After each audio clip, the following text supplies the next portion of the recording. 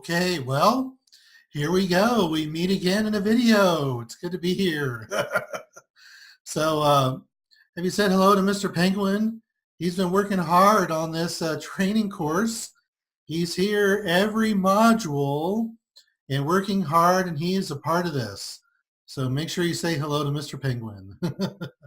So I'm going to give you negotiating tips in this module right now, and looking at it from a buyer's perspective, and specifically how to get your offer accepted. We'll talk about negotiating in the appraisal and the inspection in the next video. But I'm going to be talking about here how to get your offer accepted. And I've got some tips, some tricks, some things I've learned over the years, kind of the hard way, but some things that have been very productive. So it's worked out pretty well. Okay, negotiation tips for buyers. I think the biggest thing is I want to help you with your mindset. I want you to think about how you view yourself as a part of the transaction in real estate. The best tip I can give you is you have to detach yourself from the outcome, because what happens is that we are in the thick of it. You know, we're helping our buyers, we're helping our sellers, and you know, they want to buy the house, they want to sell the house, and we are so focused on trying to help them that when it goes wrong and it doesn't go the way we expect, we really get disappointed, we really get upset, and it's really stressful. I mean, I remember when I was starting out years ago, I would submit an offer and I'd be like, oh my God, you know, I got to get it accepted for my buyer. If I don't get it accepted, you know, it's going to be the end of the world. And, you know, all these things are going to happen and stuff. It's just crazy. And we work ourselves up in such a frenzy that if things don't go our way, we really beat ourselves up. And that's just not a good way to be. So what I want you to try to focus on is do what you can. So much of what happens is outside of our control. It's not your fault. Okay? I can keep repeating that, like Robin Williams in Good Hunting, in in Good Will Hunting. It's not your fault. It's not your fault. It's not your fault. And that was the same thing for Ordinary People, right? Judd Hirsch and Timothy Hutton at the end. Basically, Judd Hirsch and Tim Hutton, you know, they come to the realization that it wasn't the kid's fault, right? Same thing with Matt Damon. It wasn't his fault. That's the same thing for you here in real estate. If things happen, they're outside your control. It's not your fault. And don't ever let anyone think it is. If you submit an offer and it's not accepted and your buyers blame you, I mean, they can't blame you. It's not your fault. So don't blame yourself. A lot of what happens is we're blaming ourselves. We can't do that, okay? Focus on what you can control, and that's it. And then the other thing I want you to realize is that, you know, it is not the end of the world, okay? Another advice here is remain calm, right? Remain calm. Don't get excited. Don't get emotional. Be rational. Think about Marlon Brando in The Godfather, right? Very calm, very, you know, didn't get excited. You know, he was very, you know, good negotiator.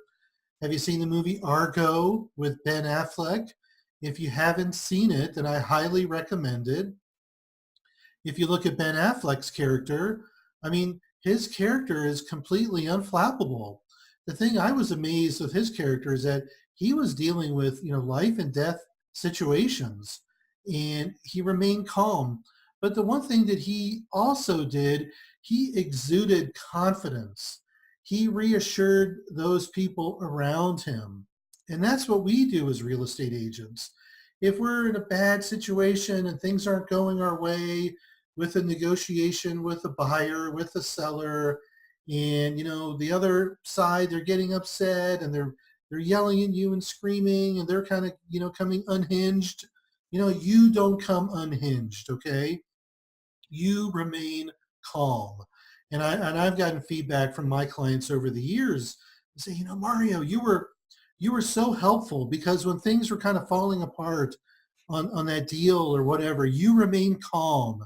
You reassured us. You were confident, and your calmness and confidence made us feel better. So that is a very good coping mechanism for you to use. Always remain calm. Don't get emotional. Be rational. Okay. And and I already kind of touched on this. What's the worst thing that can happen? I mean, the worst thing that can happen is if you lose a deal, you just get another deal. If you're helping a buyer and things don't go the way you expected, they're unhappy with you, and they decide not to buy or go with another realtor, you can always get another buyer, right? It's not the end of the world. So don't freak out about that at all. We sometimes make it more than it really is. A lot of us are drama kings and drama queens, okay? The other advice I can give you in mindset is always be thinking ahead. So if you submit an offer at a certain price and you think you're going to get a counter, start talking it over with your buyers and let them know, okay, we submitted it here. We're probably going to get what, we need to be prepared if they give us a counter. If they reject it, if they don't accept it, we can always resubmit. We can do another offer, no big deal. But be thinking ahead, okay? And I think that helps your buyers. It's kind of like a chess game, so always be thinking ahead. If you just do what I'm talking about here on the slide, if you just detach yourself from the outcome, you realize it's not your fault, it's outside your control. If you remain calm, realize it's not the end of the world, always be thinking ahead. You just do this, it's going to help you immeasurably. And this applies to experienced real estate agents too, because I know a lot of agents in my office, they've been doing this 10, 15, 20 years. They lose a deal and they're like, oh my God, the world is coming to an end, all this, all that. I mean, come on. It's not that way, okay? All right. Now, to get your offer accepted, okay, I want you to think about this. What do sellers want? They want a committed and sincere buyer. That's most important to them. So if they have multiple offers or if their property's been on the market a long time and they need to get it sold and they're going to write a contract, they want to make sure that that buyer is going to be committed to buying the home and they're sincere in their desire when they're writing an offer. The other thing that they want is they want a buyer's agent who is a professional. And when you're working with listing agents, they're going to kind of screen sometimes some of the buyer's agents that they work with. And over time, you're going to develop your reputation. And if you've been in the business a long time, you have a bad reputation, do what you can to improve your reputation. Your reputation is so important when you're helping your buyers. You need to present this to the listing agent and the seller, that the fact that your buyers are sincere, they're committed, you are a professional. I know when I'm a listing agent and if I see a buyer do 2, 3 showings, that's showing commitment, that's showing interest, that's showing the buyer investing time into the process. So I like that. So even when I'm helping a buyer and sometimes they want to write an offer after the first showing, sometimes I say, that's great. We can write the offer. Let's see if we can squeeze in a second showing because that does show a higher level of interest and commitment on your behalf. Now, you also want to communicate this through your follow-up. Okay, how you communicate, how you follow up is going to show how professional you are, and it's also going to reflect on your buyers. You also, like I said before, have a clean and professional offer with all the supporting documents. So lender letter, if the listing agent has put out all the disclosures on the MLS or they have it in the house, when you look at it, have your buyer sign all the disclosures. Remember, disclosures are not contracts. They're just signing that they've received it. So very easy to sign off on a disclosure. Make it easy for the listing agent to accept your offer. Okay.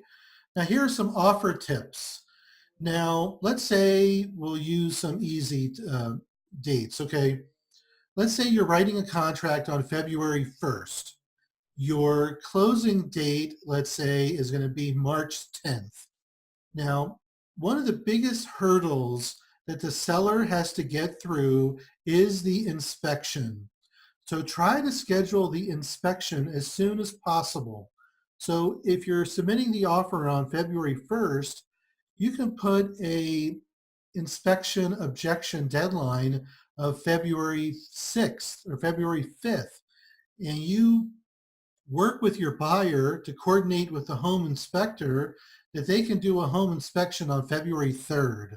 And then depending on the area where you live, if there's any other environmental inspections that need to be done, make sure that you could try to do that.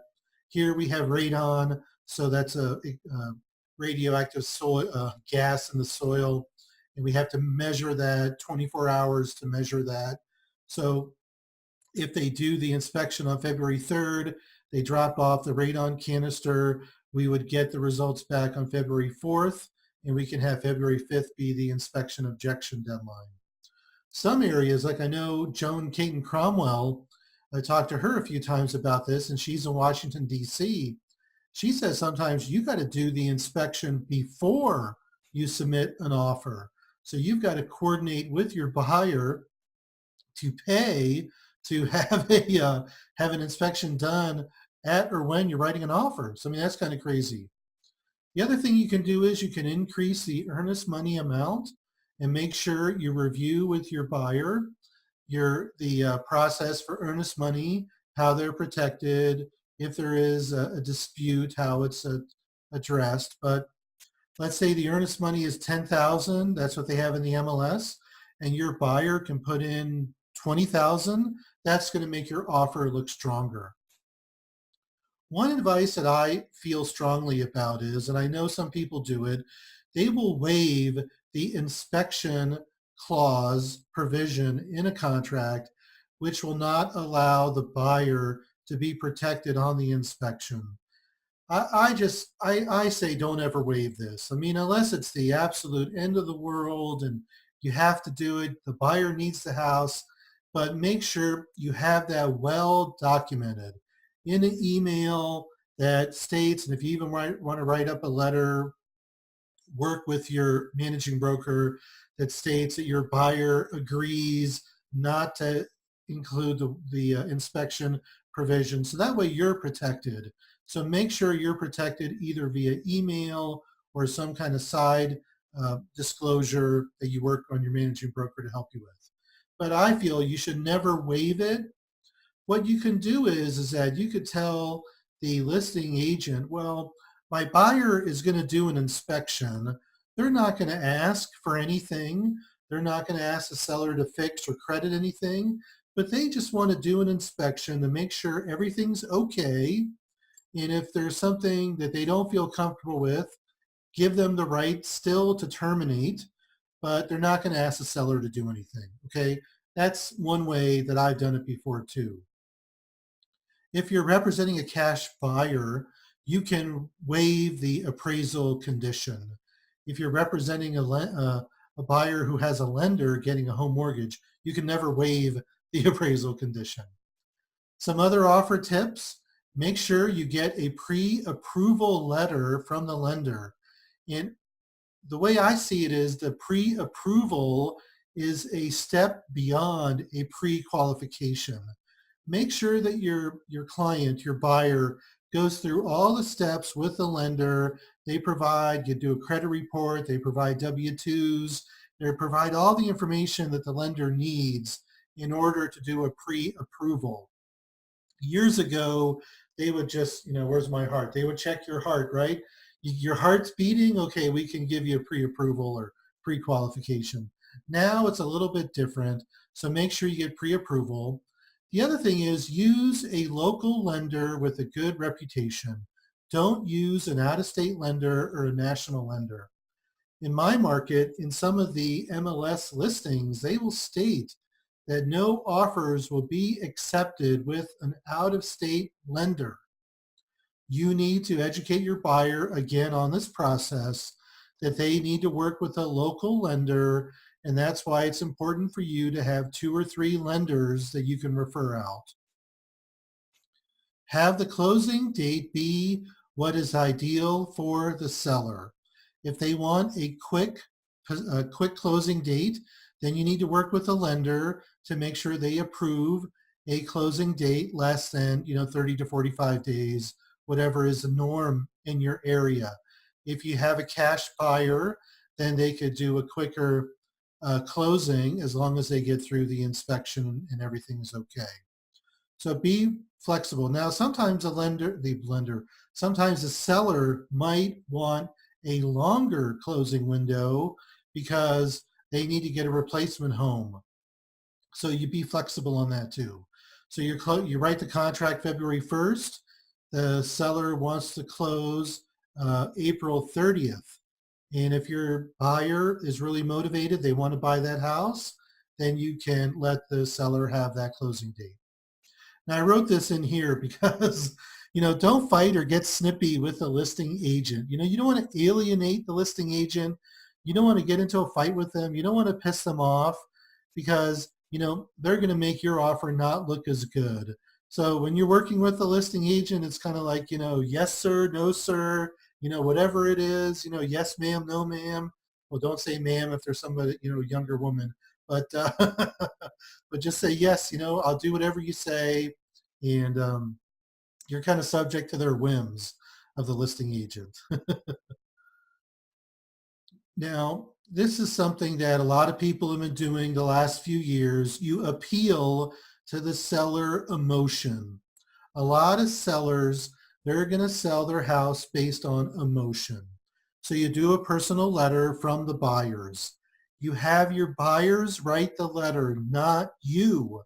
I had this happen to me a couple years ago where the buyer's agent, I was representing the sellers, the buyer's agent wrote this big, warm, touchy-feely letter, but it didn't come from the buyers. And I'm like, and that was a red flag. So we didn't go under contract on that deal. We went under contract with somebody else. But make sure your buyers, they write the letter. In the letter, they talk about why they love the home, point out a few nice features, what they love about the home, how excited they are. This is the perfect home for us. And, make sure that it's really kind of heartfelt because some sellers are going to sell on emotion. You would be amazed, but this happens all the time. Now, what I've seen lately, some buyer's agents will have the buyer include a picture with that letter. So don't include a picture with that letter unless you feel comfortable. Make sure that you talk about that with your managing broker. The reason is because for fair housing laws, you don't want to make your buyer feel that they were discriminated if they were one of the protected classes. Overbidding. Okay, this is fun. This is really a gut feeling. You need to know your competition. So if you're going to overbid, and I've been in those situations where I've had buyers overbid, 50,000 to get the house. And that's also going to be predicated on your market. How strong is your market in the next 2 to 3, 4 years? If you're bidding on a house for 400 and your buyers bid for 50, you want to make sure that your buyers feel comfortable that in a couple years it's going to be worth 450. And the good thing about that is that usually when there is overbidding, it is in a seller's market where the market is strong and the values are going up. And the other thing to be aware of, we'll talk about this more in the next video with appraisals, but if you're overbidding, be aware of the appraisal issue.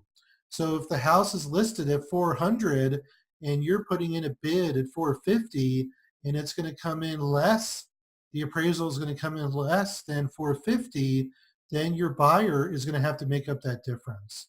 And like I said, we'll talk about some negotiating strategies on appraisals, but be aware of that when you are overbidding, and also be aware of that when you're dealing with new construction, because a lot of times builders will get ahead of the market and their prices are ahead of the supporting data to support appraisals.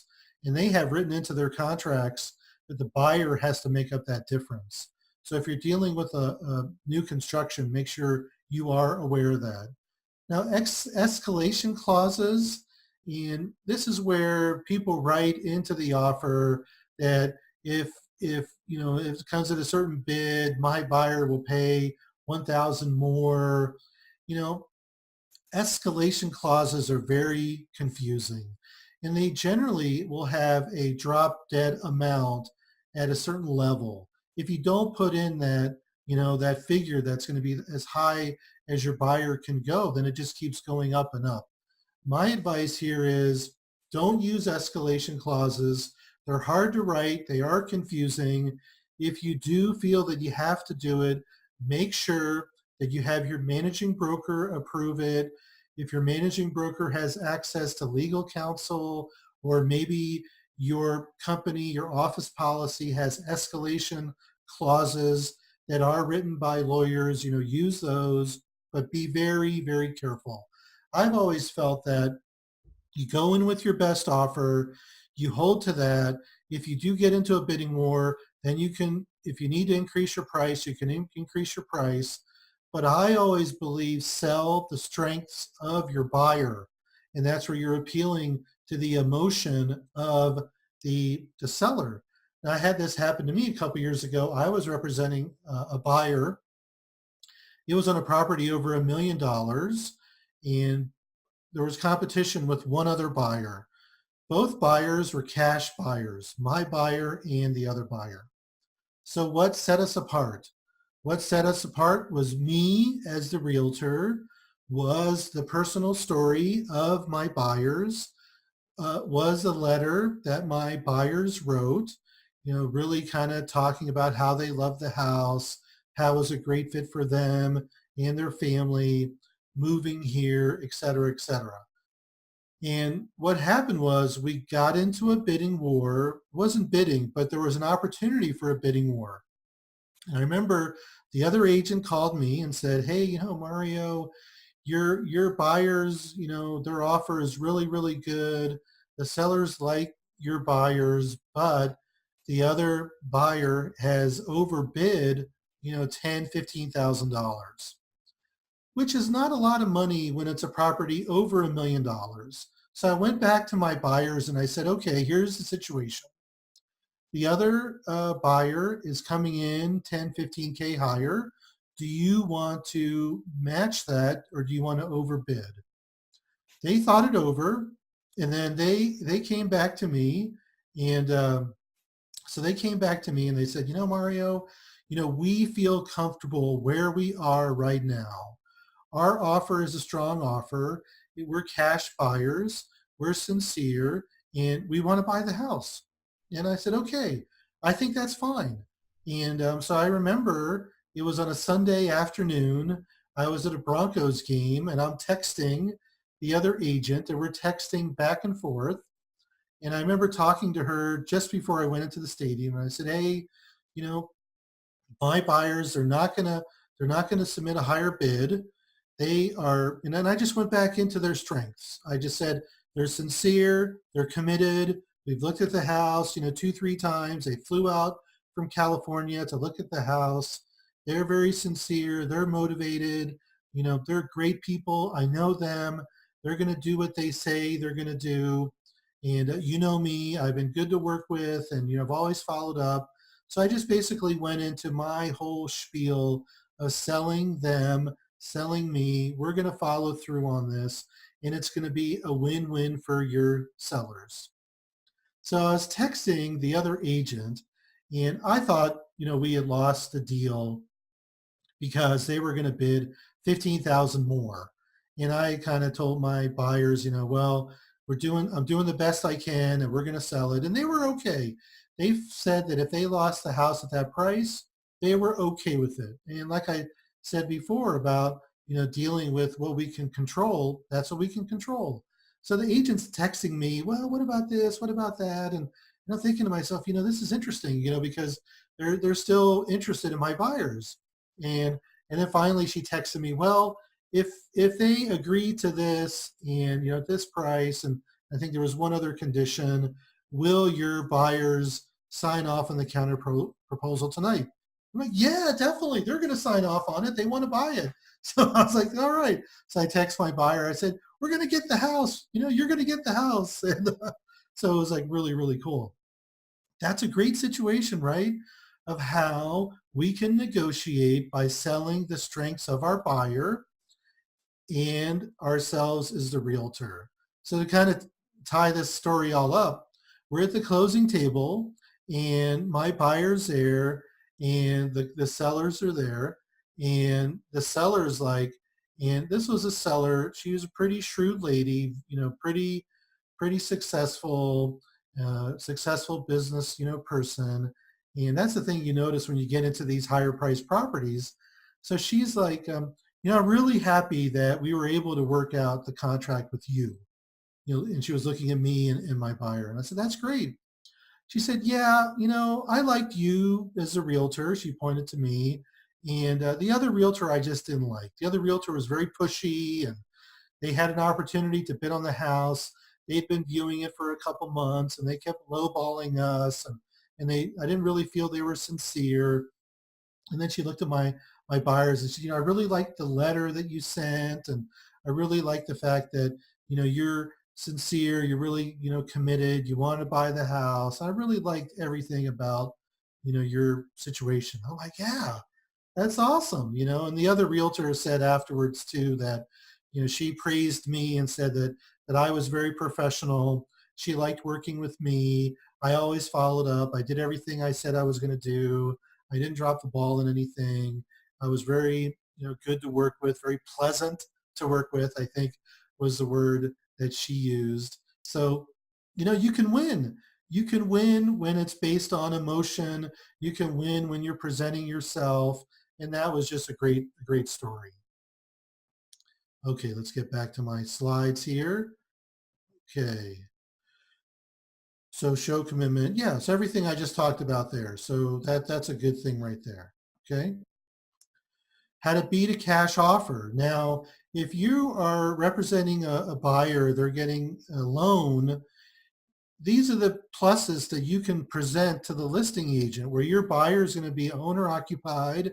You do the letter, all that kind of stuff. Cash buyers are flaky. And I've had that being a listing agent, where a cash offer, you get under contract. This happened to me 2 summers ago, or was it last summer? No, 2 summers ago. I got my listing under contract and we're all excited. I remember I was working late into the night, like 11 o'clock at night, and I'm working on this deal. And it was actually last summer, yeah. And I'm working late into the night. And then the next morning, not even 10 o'clock, the buyer's agent says, the buyer, she doesn't want to do it. She doesn't want to buy the house. She doesn't want to buy in this area. She wants to buy mountain property. And I'm like, okay, great. We have no recourse. I mean, because they can terminate per the inspection. So we just terminated. But that happened to me a couple times recently where the cash buyer was really flaky. So again, use your personal story of the buyers. They're going to be, better situation, sometimes better than a cash buyer. Your buyers love the home. They're going to cherish it like the sellers have. The sellers like you and trust you, right? We talked about that before, why people do business. And I had this happen 2 years ago too, where I was representing a first-time home buyer, competitive market, and we went in overbid on the price of the home, pretty significant overbid, probably about 10% of the list price. And this was an interesting situation because the seller was also the listing agent. So he was holding an open house. So I remember I had my buyers go over to the open house, and we'd already submitted the offer, and he had the offer in hand, the listing agent. So I had my buyers go there. I didn't go because I wanted them to kind of bond and connect and that personal, right? Like you, trust you. And it was so funny because my couple, the first time home buyers, the lady, she was actually from Ireland, and the seller, the listing agent, he was from Ireland. I mean, small world, right? So they totally hit it off. And uh, and the seller, the listing agent, he was an emotional guy, and really good guy. I'm friends with him still, and um, and he accepted the offer from my buyers, and even though he had a cash offer on the table for his house, and he was telling me, yeah, all the people in my office are telling me, you're crazy, man. How can you not accept a cash offer? And this guy, the listing is, Mario, I really like you, and you're a good realtor, and I like your style, and I like your buyers, and it's so awesome that they're from Ireland and everything, right? I mean, go figure. That's how it is sometimes. So you can beat a cash offer sometimes, and you really position the personal aspects of it. Okay, that's it for this one. So hopefully these stories that I'm telling are kind of helpful because you can do it. There's crazy things that happen, and if you keep doing your job the right way, you're a professional. You sell your buyer's situation, you sell their story, and it's not going to work all the time. But when it does, you get your offer accepted. You're like, we won, we won. It's like you got the house. I mean, that's a great feeling. And that's what you want for your buyers. And in that situation where the first time home buyers, they're so stoked, and they, I email them, we keep in touch, we go out to lunch, and they're so excited. And the other people, the $1 million buyer where we beat them, the other ones, I mean, they're so excited. They love their house, and it was just great timing because they bought it um, couple years ago, and now everything has escalated. So the level that they bought it at, they probably have to pay $200,000 or $300,000 more if they waited a year, or if they lost that deal because there wasn't anything else in the market. So we were going to have to wait probably until the spring or summer of next year. So anyway, these are all good stories, and you're going to have them. So let me know about yours too. Okay, on to the next module, which is going to be talking about the inspection and the appraisal process.